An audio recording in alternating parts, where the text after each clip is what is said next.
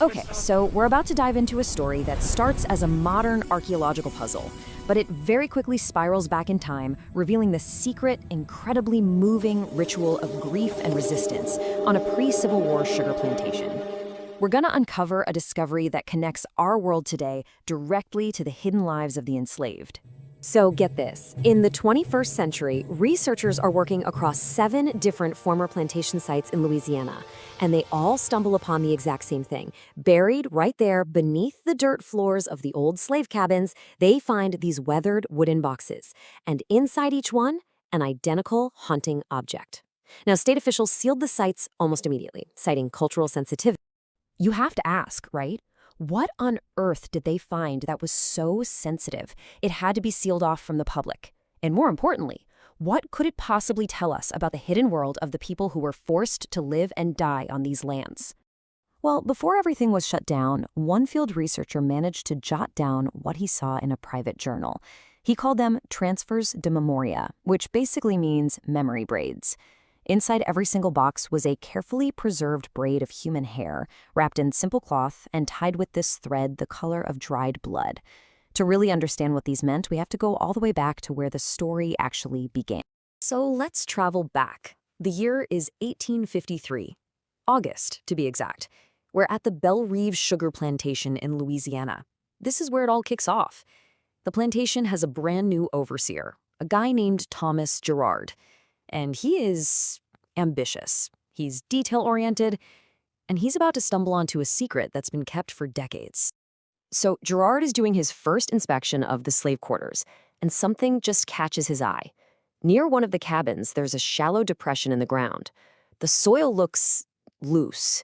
It's darker than all the packed earth around it. He knows, instantly, someone's been digging here, and he is determined to find out why.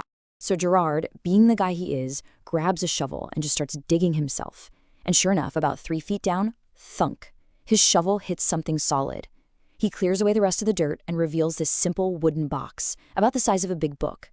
He pries it open, and there it is, the first braid, dark, thick, and so carefully wrapped. His suspicion has just led him to a discovery he could never have imagined. And this wasn't just a one-off thing. Oh no. Gerard orders his men to check the other cabins, and over the next couple of days, they find 6 more identical boxes, each one buried in the exact same spot, at the exact same depth, holding the exact same thing. This wasn't random. This was a system, a ritual. And Gerard, who is now deeply unsettled, realizes he needs answers. And to get those answers, he summons an elderly woman named Ara. Now, Ara is one of the oldest residents of Rive. She's a woman who has seen decades of life and loss on that plantation.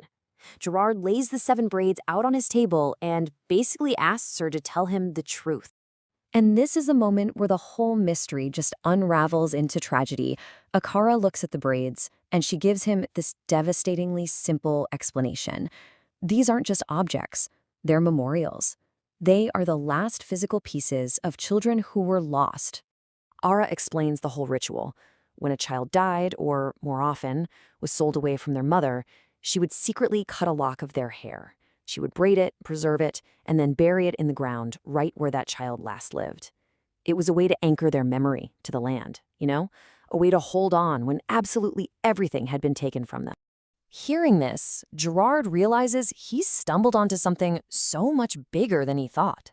This wasn't just about 7 braids. This was about a whole history of systematic loss. And to understand the true scope of this grief, he turns to the one place that recorded the plantation's cold, hard facts, the official ledgers. And the numbers he finds in those ledgers are just staggering. Since 1809, 94 children born to enslaved mothers at Rive had either died young or been sold away. 94. That's 94 instances of a mother's loss, and every single one of them a potential reason for another one of those buried boxes. Aura's words just capture the heart of it all. In a system that denied them the right to grieve openly, to have funerals, or even to keep their own families together, this was their quiet act of defiance. They literally created their own sacred, secret space for their sorrow. But Gerard doesn't expose the practice. In a surprising turn, he orders the boxes reburied. And then he starts to secretly document everything he observes.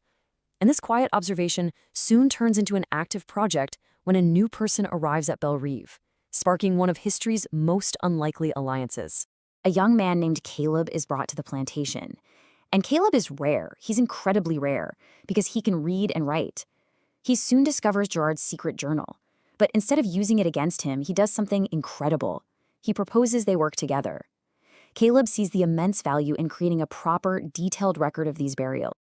And this just shows you the two worlds they were trying to bridge. On one side, you have the official plantation ledgers. They saw these children as property, and their loss was just an economic calculation. But on the other side, this memory ledger that Gerard and Caleb were creating, it did the exact opposite. It recorded names, not numbers. It documented human stories, not financial losses. Then, in 1856, the owner starts thinking about selling Grieve. This sends a shockwave of fear through the entire community, because a sale would mean families being permanently torn apart. For Gerard and Caleb, it meant their secret ledger, their whole project, could be lost forever. So they do the only thing they can think of to protect it. They bury it.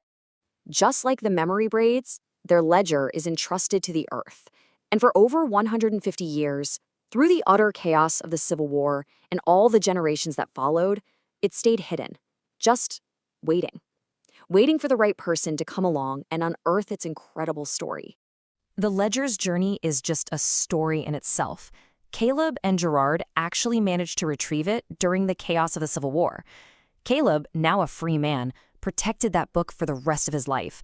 He eventually passed it down to his daughter, and it was preserved, passed down like a precious family heirloom for over a century, until 2011, when it finally landed in the hands of his great-great-granddaughter, a historian named Dr. Elaine Carter. And this right here is where the whole story comes full circle. Dr. Carter used the ledger, which had detailed entries for 47 different burials, as a map. She partnered with archaeologists, and it was her research that led to those modern excavations we talked about at the beginning. Guided by the names and locations in this 150-year-old book, her team ultimately unearthed 32 of the Memory Braids. Dr. Carter's work created this undeniable, tangible connection.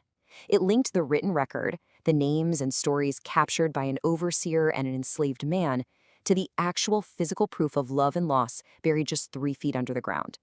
It was the ultimate validation of a history that was never, ever meant to survive. And this just leaves us with a final, really vital question.